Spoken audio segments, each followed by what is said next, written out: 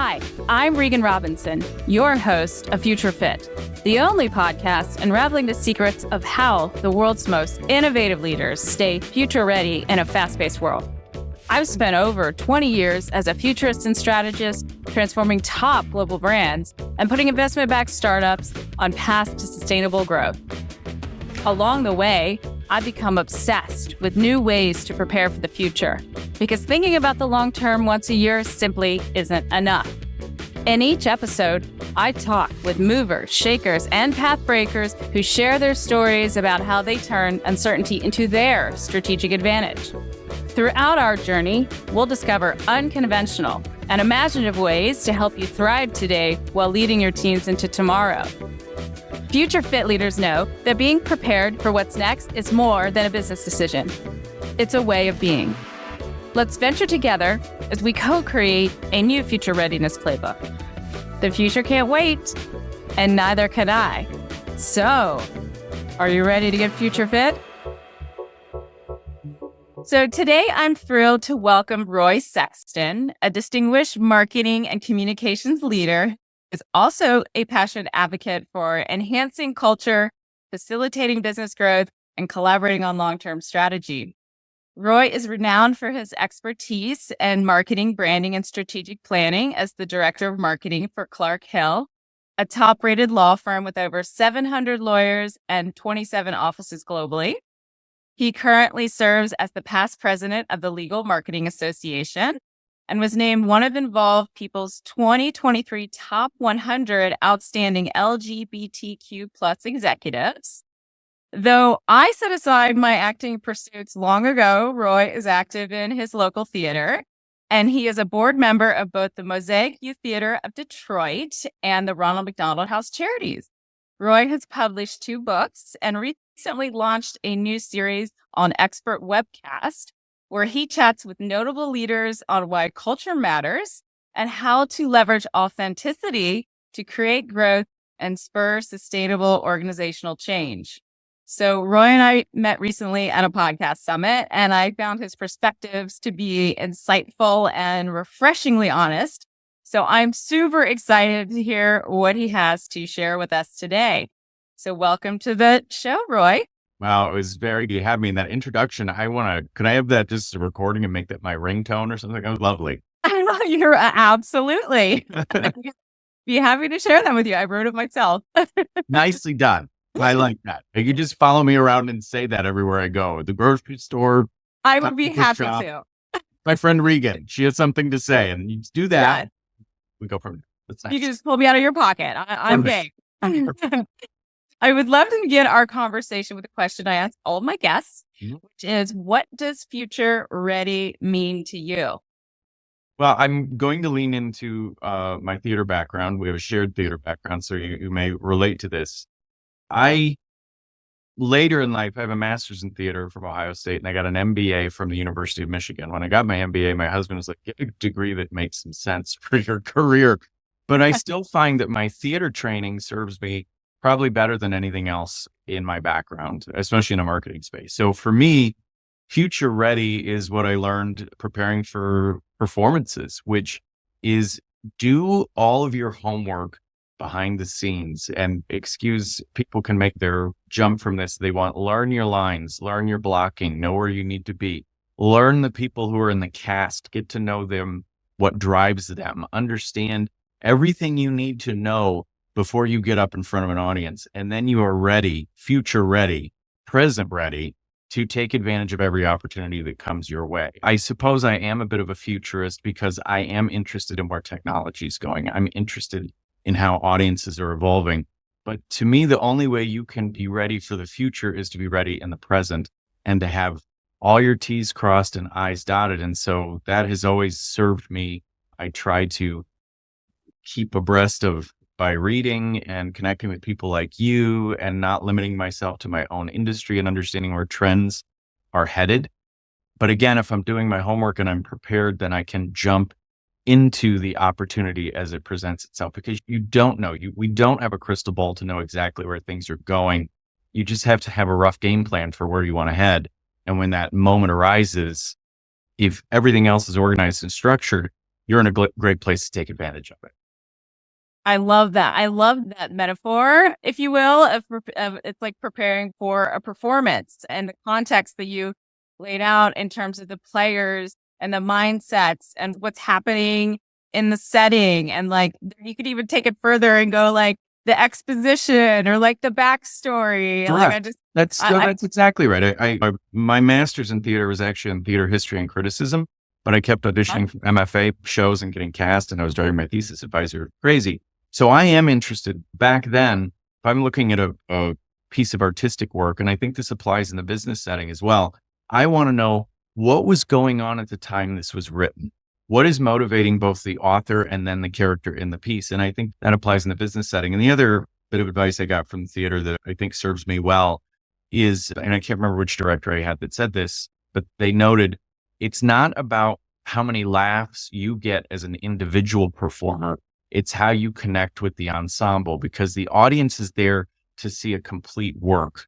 They're not there to see a showboater in the midst of everybody else. So whenever I have done theater, I make a point to, I'm not a sports guy. What does the quarterback do? They look at the whole team and they bring them all together and they lift them up so that everybody has their moments. When everybody has their moments, that's when your audience, and in a case of a marketer, your client, your customer, when they have that holistic experience where everything is coming together, they come back for more. Yeah, we could go on all day about how to pull the thread on the metaphor, but I think the holistic sort of experience is really important, and we'll get into that a bit more in terms of ways of seeing holistically. I love that. That's amazing. So this is a good segue into my next question, which is your background and your passions. They are wonderfully diverse and dynamic, and I sense, and especially after your first response, that they provide a really rich framework for approaching business challenges in unconventional ways. And part of that is getting outside your comfort zone, right? And getting outside our comfort zone is really effective for thinking about the future. So what are some ways that you prepare yourself mentally for future oriented and more imaginative thinking? On a number of fronts, we're talking as we were prepping, drink lots of water, exercise. I think whatever you need to do to take care of yourself, to have yourself in the right mindset to embrace whatever's coming. When you're tired, when you've got too much going, when you've said yes to too many things, you're not in a great position to just absorb the energy of the universe that's coming around you. The more centered you are, the more present you are, the better you're equipped to take advantage of a strategic opportunities. For me, I do my best. My husband would probably say, no, you're terrible at this. But when I'm at home, I have my pile of comic books, or I'm reading this glorious Madonna biography right now, a woman who wrote Ninth Street Women. I think it's gloriously researched. It's like an academic publication. And it goes into such detail about her origins, what she did to avail herself of opportunities in a very detailed way. And I like reading things like that because light bulbs go off for me that other people might not make the linear connection to, but it changes me. It changes the way I approach my work. So I love movies. I write movie reviews for fun. People are like, why are you writing these things? Some people do crossword puzzles or climb mountains. I see a movie, I like to write about it because I want to process my thoughts. But in doing that, I'm sharpening my skills that can apply in the work setting. And I think the other side of that is why I do all the volunteering that I do. That gives me exposure to different ways of thinking. People I would never get a chance to work with because they're in a different profession altogether. But when you're on a board with someone and you're working toward a nonprofit mission, you gain skills in leadership, communication, culture building. And so all of that taken together is how, I guess, I don't know if I'm answering your question properly, but how I keep myself prepared to then provide value here at Clark Hill. And sometimes I will get some grief. About a week ago, I got feedback that I was out there too much and there was too much of me in the world. And I was really upset for about 72 hours. And then I thought, I get that might be the perception, but I have to help frame the narrative around that. Part of that feeds my soul, not my ego, even though it might appear that way on the surface, but I'm building community all the time with what resources I have. And as a theater person, that's me.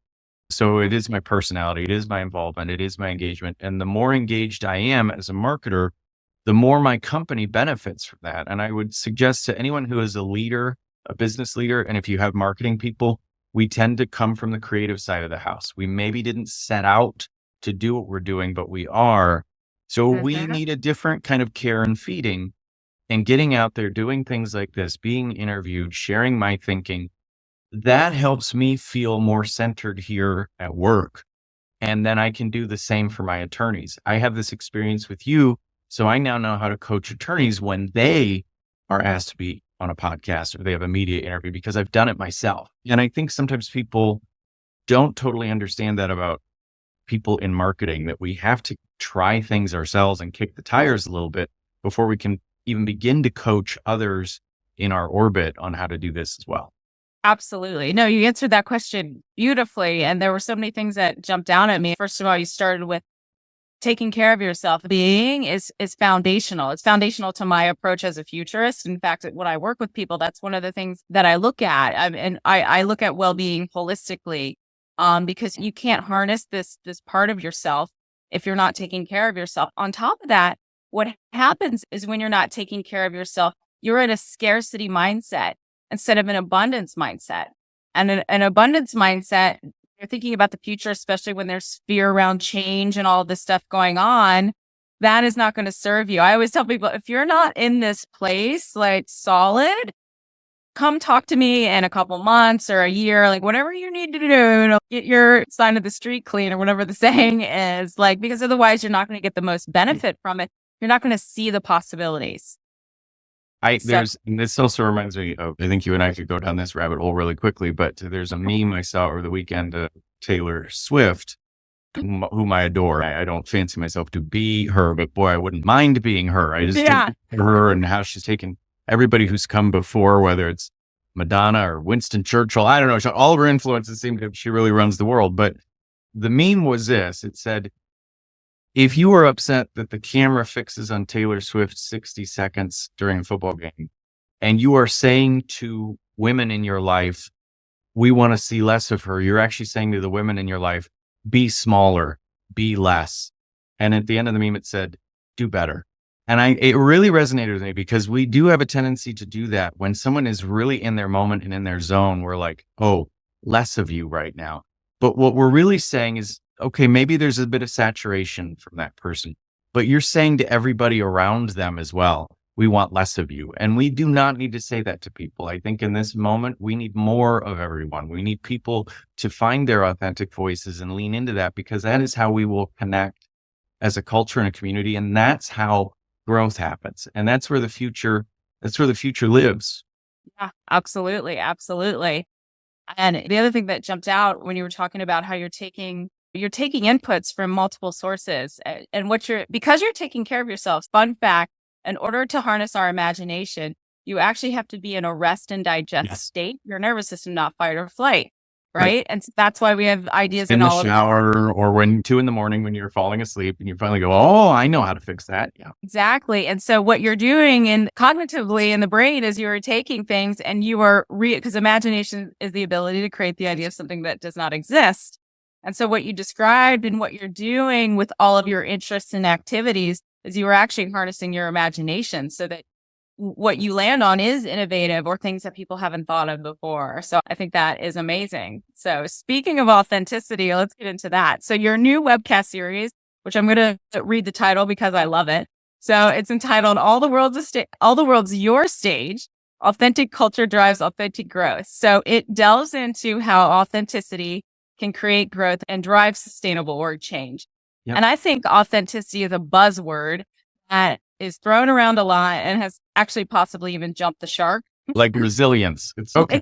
Yeah. Exactly. And I think leaders also might be surprised to learn that it's actually connected to the future in many ways. For example, having a clear sense of identity makes you more agile, right? When a company knows who they are and what they stand for, it's easier to adapt and make decisions in fast changing environments. So how do you define authenticity, and how is it inextricably tied to growth and organizational change? I'm so glad you made that point. I think when a concept enters the corporate lexicon, it loses its messiness. So let's pick on resilience before we get to authenticity. That one That's a bugaboo for me. We both said we love that word. I'm afraid Amen. I don't know how to use it. There was a period of time, especially at the height of the pandemic, where we were all told we needed more resilience, which seemed to mean for certain people, suck it up, as opposed to develop your core strength emotionally, physically, so you can be in the moment to do what's right for you and to do what's right for the situation. But again, it's morphed to you need to be more resilient, meaning you just need to suck up and take this horrible thing. I'm like, oh, that's not quite how I define it. Yeah. Kind of totally missed the idea. No, and authenticity is becoming that same thing where it's like, we want you to be authentic, but be authentic according to the job description we hired you for and stay in that box, authentic person. We will pat you on the head because you're a gay man. Now go do your thing. Granted, those of us who collect a paycheck, we are here to do a job. You don't want to lose sight of that. But to your point, authenticity is messy. Authenticity is uncomfortable. Authenticity, just as you said, those quiet moments are where the great aha comes in. When you're really living your purest self, you aren't varnishing your edges because you think someone else wants to see you be a certain way. And as a gay man and a gay man of a certain age, I did a lot of code switching in my life. I still do it where it's, oh, don't wear that jacket today. That's too much. Or don't be too loud, or don't talk too much about Madonna because people will think you're a cliche. Aging has helped. This generation right behind us has helped. I love that they're just be yourself and put it all out there. That's helped me tap more into that. And what I find, again, if you do your homework, you've prepared, you've got it together, you've shown people you're a professional, you are going to deliver. It does give you a certain license to then just be completely yourself. And hopefully we get to the point you don't even have to do that to be so completely yourself, where you can just say, look, if I'm in my comfort zone, if I'm wearing what is comfortable for my body, for what's comfortable for my economy, for my culture, whatever, and I can have conversations and speak in the way I want it, speak too much if I belabor a point as I'm doing now, let me, because that part of my authenticity is going to get me to the place of service, to get me to the place of that next big idea.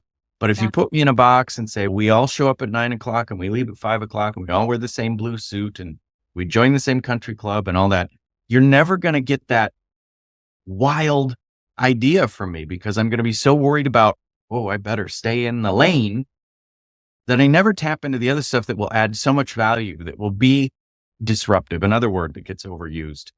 People need to be themselves to be disruptive. If you value that C-suite, that disruptive, market-changing idea, that's going to come from Steve Jobs in his garage wearing black T-shirts every day. Steve Jobs is a problematic person, but he did not subscribe to, I will wear the blue power suit and I will take the 9 to 5. And now everybody rhapsodizes about him, but they don't talk about what was the messiness. That's part of what makes him problematic, that got him to the point that he was a captain of industry. So to your point about the show, and thank you for the plug, the last 2 or 3 years, I've been on a lot of podcasts and everybody wanted to talk about legal marketing. And I'm like, oh, and I was the Legal Marketing Association president. So I'm grateful for the gig, but I wanted to shift a little bit and take all that experience and broaden it and speak to people I know who have done the disruptive thing in their own lives, leaned into something different, and have had success from it. So they can speak about personal brand, professional brand, how they took risks, and what that meant, how they were genuinely themselves in a business setting, and how that then yielded a result. Yeah. And so I love the idea of messy. I think that's a great definition, if you will. And so to continue in that vein, and when I was preparing for a conversation, I had an aha moment. You mentioned aha moments a minute ago. I had one. And it dawned on me that authenticity is a strategic capability that can improve decision making. So companies that operate with authenticity tend to focus on long-term goals rather than just short-term gains, because it involves being true to one's values, which inherently promotes a long-term perspective.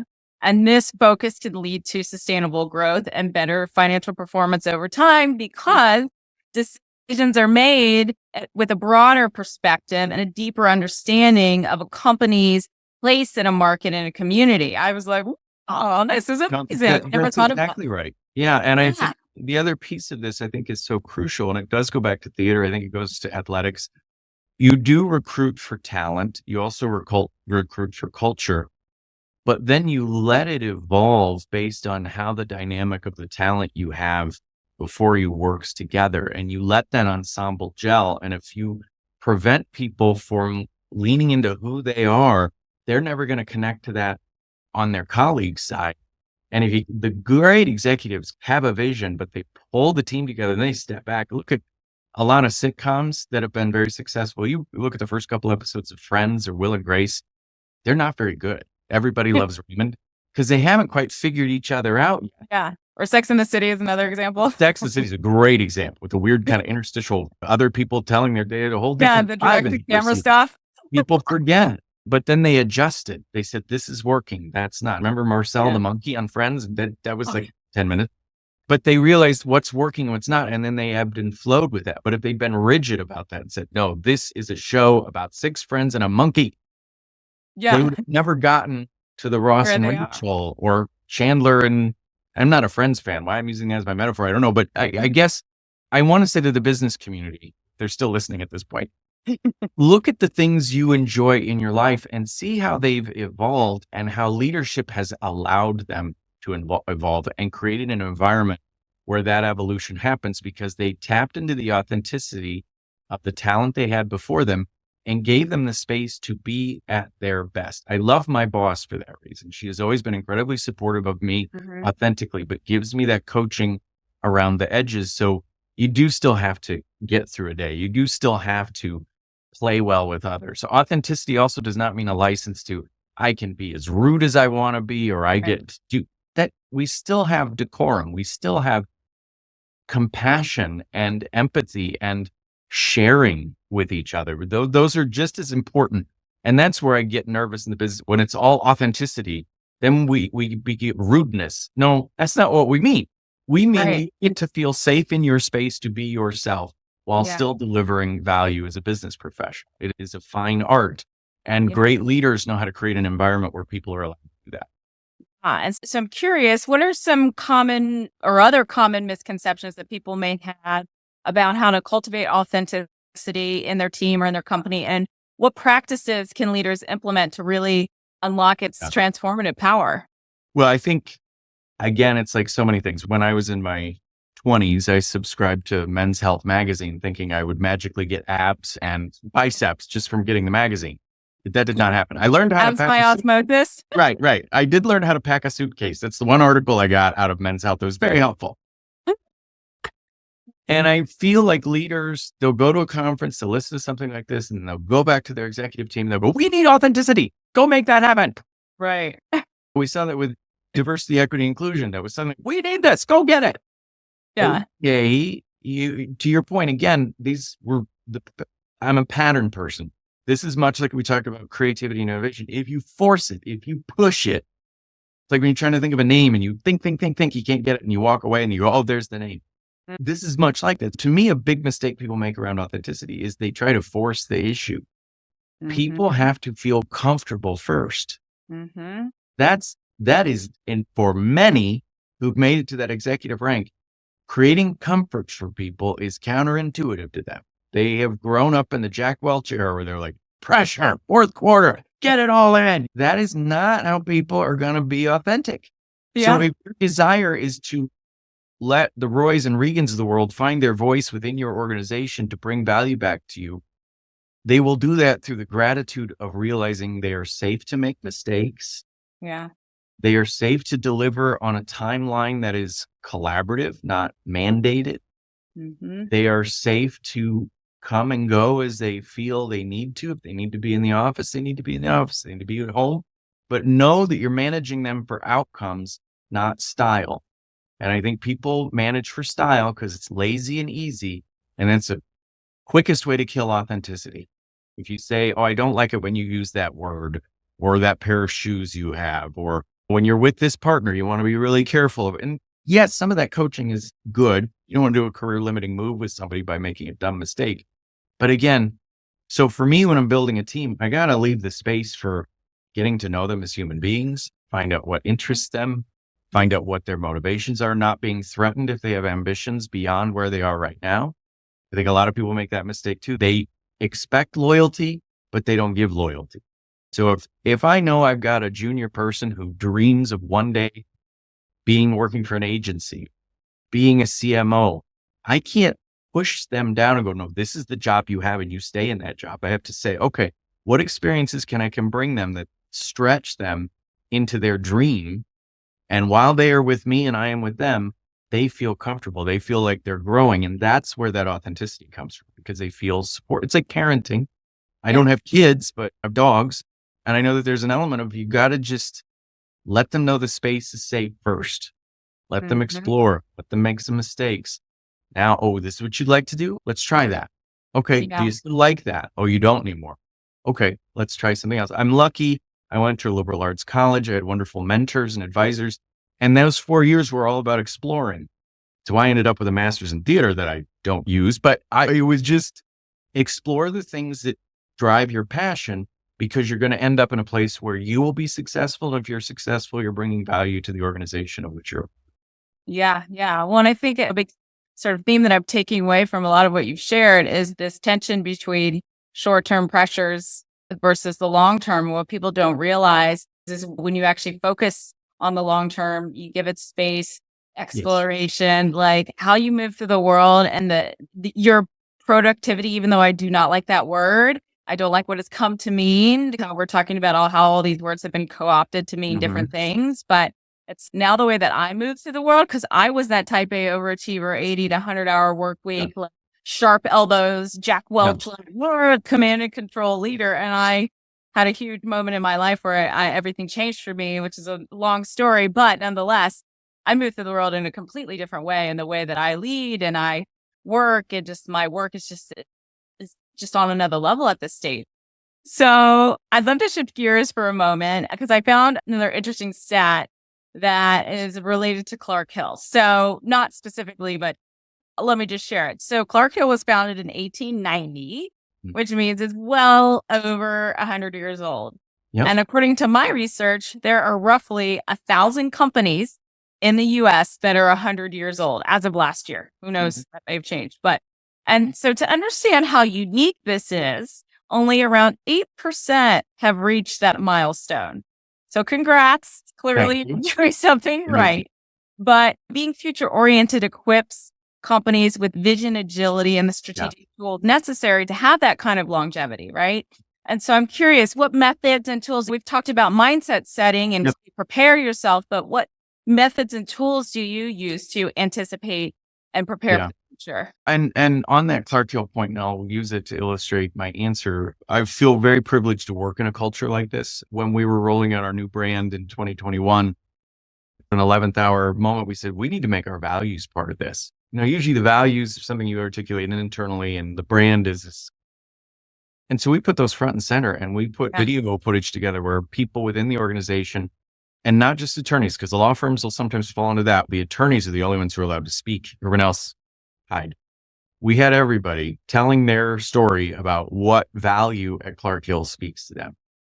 And to me, that's how we have had the longevity that we have had. It is a humane organization that thinks about the interconnectivity of all of us and how we can flourish in that regard. We've grown in the last 10, 12 years. We started as a Michigan primarily firm with some outgrowth. I think DC, they had an office, and this is well before my time.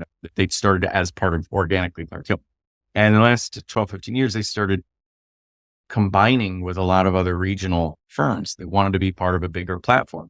And the promise of coming on board was not, we're going to make a lot of money. Everybody, that's good. We want to, right? We're not doing this for free. But it was also, you can now connect with other people around the country who are like-minded, who share your values. When RCE goes out and recruits new folks to be part of our firm with the legal recruitment team, they look at the values of those folks first. And then they look at their book of business. Will they fit well with us? Will they play well with us? And me as a marketer, as awful as the pandemic was, that gave us a moment to really supercharge and get past this. Okay, now we're a lot of regional firms that are part of something big. We have to collaborate. We're all in our basements in our pajamas right now. And I saw this wonderful back and forth, people in Los Angeles collaborating with people in Pittsburgh and Texas and doing panels and writing articles. And when they're doing that work, then they're able to serve the client better because they know each other. They can Mm-hmm. pick up the client in Los Angeles comes and says, I have this problem. And they go, you know what? I got a colleague in Philadelphia that has done that. Let me bring them on because I know them. I trust them. I like them. And I've seen our CEO work that magic. My bosses work that magic. Our C-suite, they're really adept at, okay, who are the people we have and how do we connect them to bring Creating the value to our conditions. clients? And so back to your point about longevity, it's interesting to talk about something that was founded in 1890, but that is so leaning into the future and Mm-hmm. thinking progressively about what other services and products should we be providing our clients? And also, are we positioning ourselves? The firm shifted to an industry mindset a couple years ago to say our clients think of themselves as an industry. They don't think of themselves as, well, that practice area does this and that practice area does that. I'm automotive. I have automotive issues. So do you have a Right. labor employment person? Do you have a real estate person? Do they understand automotive? Have them come talk to me. So for me, if you want to think about that longevity, it is leaning into the authenticity of the people around you and collecting talent, almost like butterflies, and then letting them be. Mm-hmm. Amazing. Amazing. So foresight is a discipline that we futurists use to empower leaders and companies to turn uncertainty, as I like to say, into their strategic advantage. So, and just like other iconic duos that you probably know, so like Simon and Garfunkel or Thelma and Louise, strategy. Didn't end so well for Thelma and Louise. Didn't end well for Simon and Garfunkel either. But yes, I hear you. Yeah, you get my point. But so just like those duos, strategy and foresight are better together because they amplify beyond what each element could achieve alone. And on top of that, to boot, research actually shows that companies with a foresight methodology, or it's a discipline just like marketing, but companies that make that investment are 33% more profitable and achieve a 200% higher growth rate than the average company that doesn't. Yet, to our point earlier, many leaders are stuck in the present, responding to today's pressures. So I'm curious, what challenges have you faced with investing in and using long-term thinking to drive your strategic planning process, and how have you addressed them? That's a tricky one because foresight, again, is one of those abstractions that people can say, we need foresight, go get it. And it's really just, it's a way of thinking and being. And, part of my job when I worked at the healthcare system, I headed up strategic planning. My job technically was foresight and documenting foresight, putting it into a spreadsheet and telling everybody this is where the puck is going and we're going to follow it. What I learned from that experience is it's much like the creative process you talk. If you try to force it, or if it becomes a top-down issue, no one buys into it and they don't avail themselves of the moment to get to that future state. Or if you have somebody that's very linear about it, that thinks it's like baking a cake and they're like, well, what are our 12 steps to success? And we must get those accomplished. Yes. I'm a lot looser and messier about that. One of the downsides of my personality, I'm an only child. Sometimes I have the idea and I don't want to tell anybody because I don't want them to tell them I don't want them to tell me no. So I just do all the stuff around it opportunistically until they're like, that's what we're doing now. And I'm like, Yeah. Love that. I give myself away. But I feel like it's a far more fluid process. I hate that expression. And we used it here for a long time. Big, hairy, audacious goal. I don't like that. Maybe it's the hairy part. I'm like, Yeah. I do think you need to, everybody together say, we want to be an organization that does X and looks like this. Mm-hmm. And here are some ways and investments we're going to make in tools and infrastructure to empower our folks to get there and then step back. Mm-hmm. Because to your point about productivity earlier, we all want to be productive, but I don't want it measured like a bunch of widgets going down. I want to add value where I am. If I'm going to bother doing this, yes, I want a paycheck, but I also want to have some meaning in it. I want to help people. That's that's letting me be productive. Mm-hmm.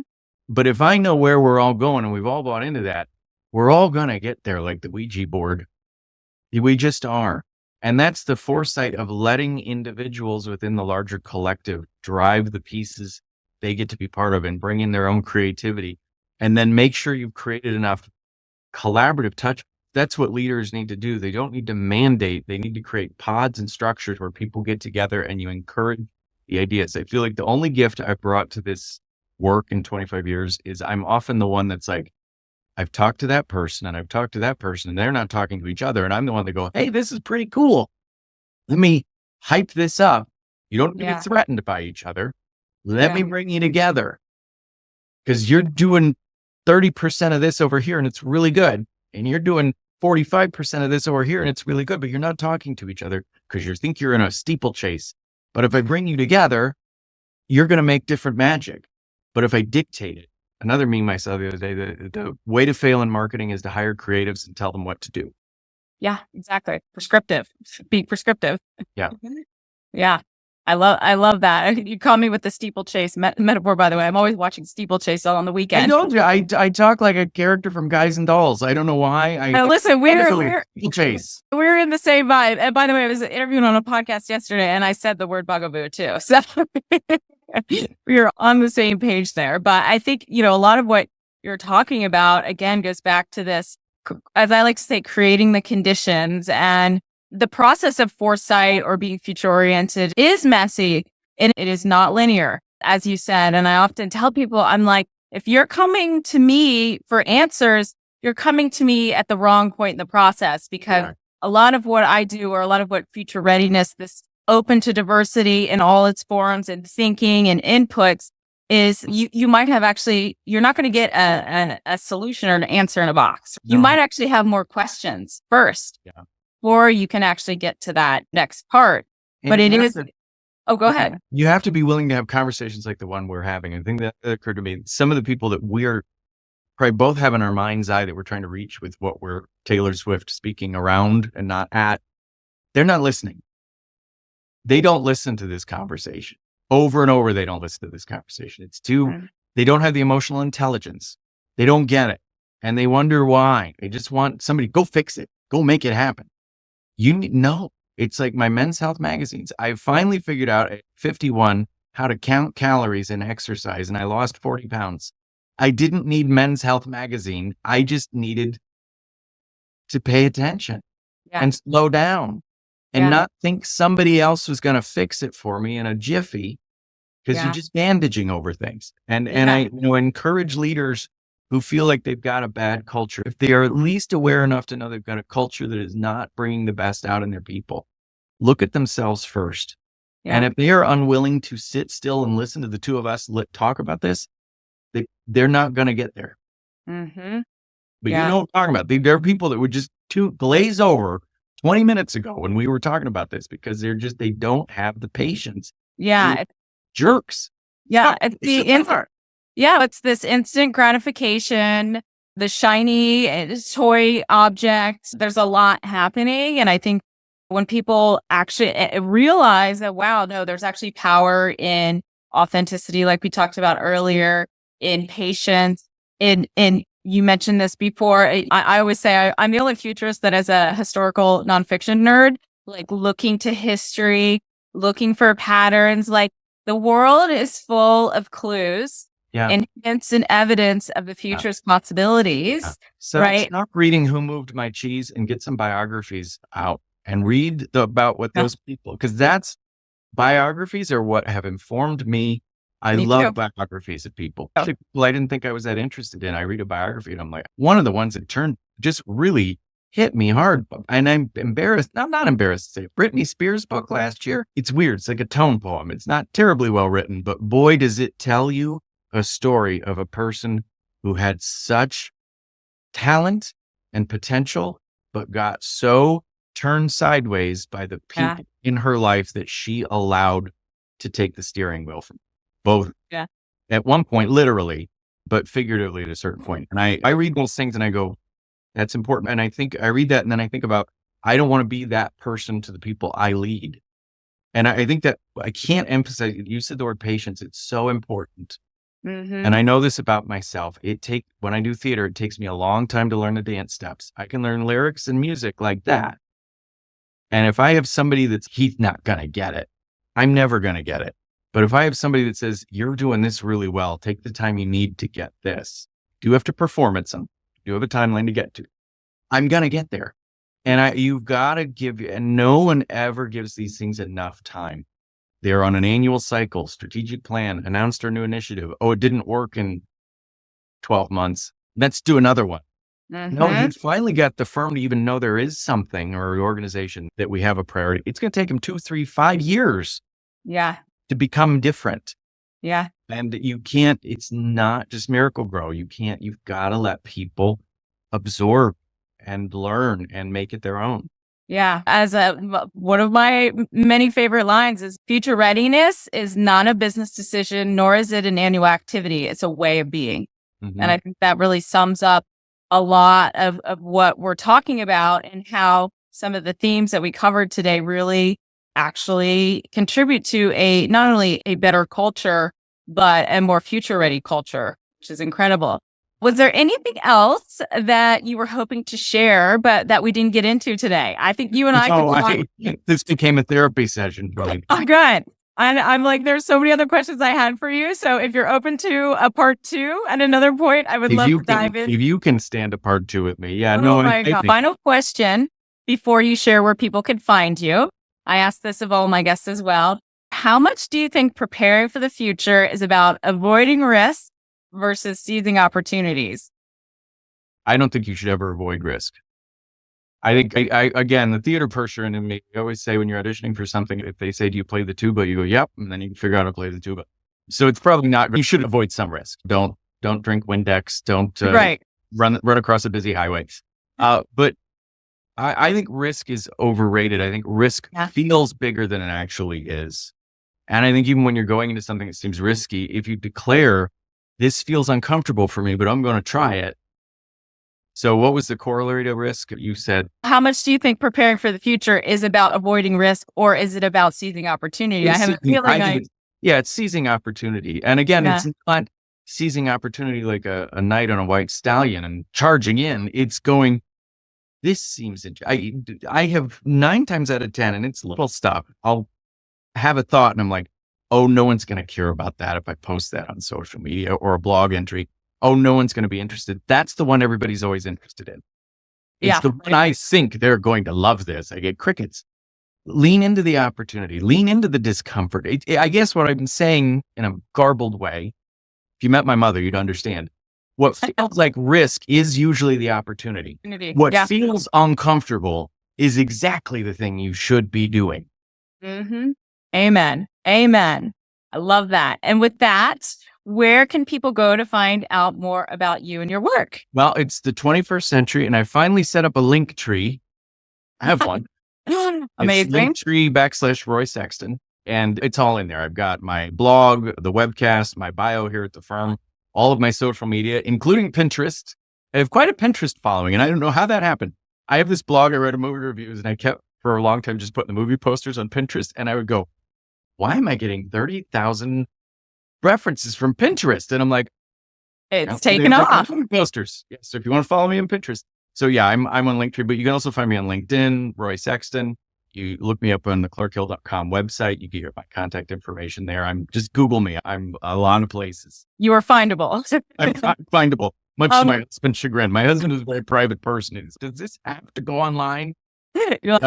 You could tell I'm a Madonna fan. I remember Truth or Dare, and she was dating Warren Beatty at the time, and she was getting a throat exam in the movie, and he's sitting there like this, and he said, she doesn't want to live off camera. Why would she get a throat exam off camera? I'm a little bit that, like, there it is. Here it is. I love that, Roy, and the world needs you, and you are bringing marvelous things to it. So thank you so much for your time and your insights. It has been a delight, and it has been so much fun speaking to you. And I would love to do a part 2 in the future. Here. Thank you.